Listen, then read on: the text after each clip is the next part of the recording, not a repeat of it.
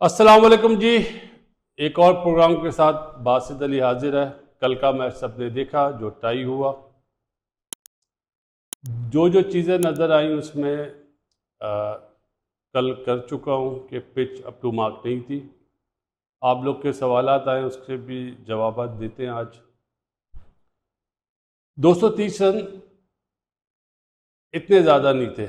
जिस तरह टॉस पे 270-75 की बातें हो रही थी, मेरा ख्याल है जब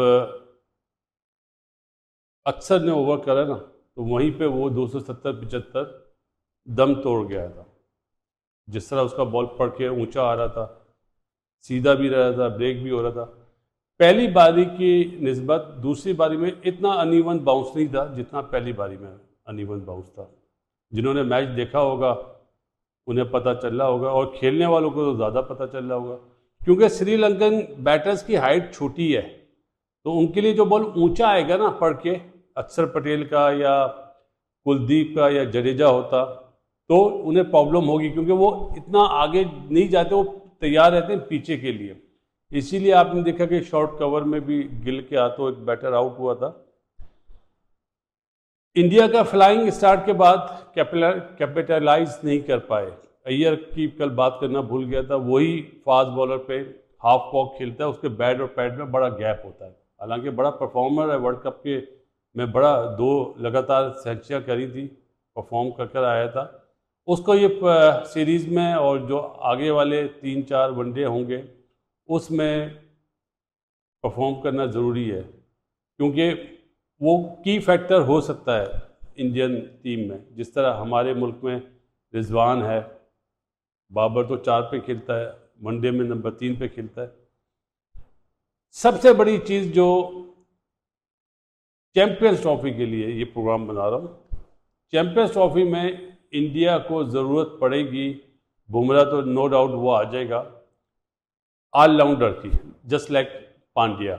और मेरे ख्याल है हार्दिक पांड्या के बगैर चैंपियंस ट्रॉफी में इंडिया का एक बॉलिंग ऑलराउंडर या बैटिंग ऑलराउंडर होता है ना, पेसर की सूरत में, वो मिसिंग होगा। आया उसकी फिटनेस कैसी रहती है उसको, मेरे ख्याल है अब जो भी डोमेस्टिक के मैचेस मिले उसको पार्टिसिपेट करना चाहिए। और दूसरा प्लेयर जडेजा। जडेजा के बगैर इंडियन टीम कंप्लीट नहीं होती है। जिस पाए का वो ऑलराउंडर है, फील्डिंग, बैटिंग, बॉलिंग, उसकी बहुत ज़रूरत पड़ेगी।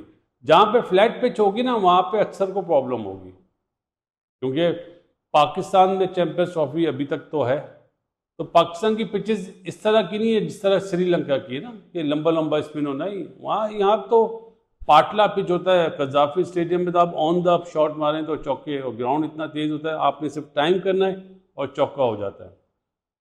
और बुमराह के आने के बाद नो डाउट बॉलिंग तो उनकी स्ट्रांग होगी। मुझे ऐसा फील हो रहा है कि ऋषभ पंत आपको खेलता हुआ नजर आ जाए, क्योंकि जिस टाइप का वो बैटर है, लेफ्ट हैंड एडवांटेज भी है। कल डुबे ने 4 ओवर करे, लेकिन 125-130 की पेस से करे किलोमीटर के। मेरे ख्याल है उससे अच्छा बच्चा एक वो था, आईपीएल में मैंने देखा था, सनराइजर हैदराबाद का था, नीतीश नीतीश रेड्डी ऐसे कोई नाम था। थोड़े से उसके आगे लाल से बाल थे, लाल क्या और मतलब येलोइश कलर के बाल थे। वो बहुत बढ़िया ऑलराउंडर है, उस पर नज़र रखनी चाहिए इंडियन सिलेक्टर्स को, और उसको मेरे ख्याल में चांस देना चाहिए अगर पांड्या नहीं होता है। डुबे को आप एज ए बैट्समैन तो खिला सकते हैं, एज ए बॉलर उसकी पेस बहुत स्लो है, क्योंकि वो ऑफ टारगेट हो जाता है। कल भी हुआ, लेग साइड पे भी चौका खा रहा था। कल उसको थोड़ी सी हेल्प मिली पिच की, ये बॉल थोड़ा सा फंस रहा था अर्ली ऑन ना, लेकिन जहाँ पे पाटला पिच आएगा वहाँ पे डुबे की पिटाई होगी, बहुत फेटा लगेगा। और रियांग पराग का आपने सवाल भेजे ग्रुप में, देखें मैंने पहले कहा कि सूर्य कुमार यादव और गौतम गंभीर का जो मैचअप है वो बहुत अच्छा बन गया था, इसीलिए उन्होंने रियांग पराग को तीनों मैचों में चांस दिया। अभी रोहित को, क्योंकि T20 के वर्ल्ड कप में डुबे खेल रहा था और पांड्या भी खेल रहा था, कल के मैच में उन्होंने एज ए तीसरा पेसर खिलाया। हालांकि जैसी पिच थी उस हिसाब से स्पिनर आ जाता ज़्यादा बेहतर था। लेफ्ट हैंड का एडवांटेज है डुबे को, क्योंकि अब आने वाले दिनों में ना आपके टॉप ऑर्डर में, मिडिल ऑर्डर में लेफ्ट हैंडर बहुत बहुत ज़्यादा उनकी वैल्यू होगी, क्योंकि वो बॉलर की लाइन को सेट नहीं होने देते। दुनिया में लेफ्ट हैंडर्स हैं, मेरा ख्याल है कि इंडिया जो वर्ल्ड कप जीता है अभी, उसमें भी चार तो लेफ्ट हैंडर थे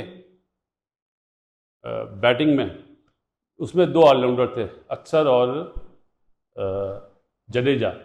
डूबे एज ए बैटर ही खेल रहा था, बॉलिंग तो एक ही मैच में करी थी उसने न्यूयॉर्क में। तो ये बहुत बड़ा की फैक्टर होगा।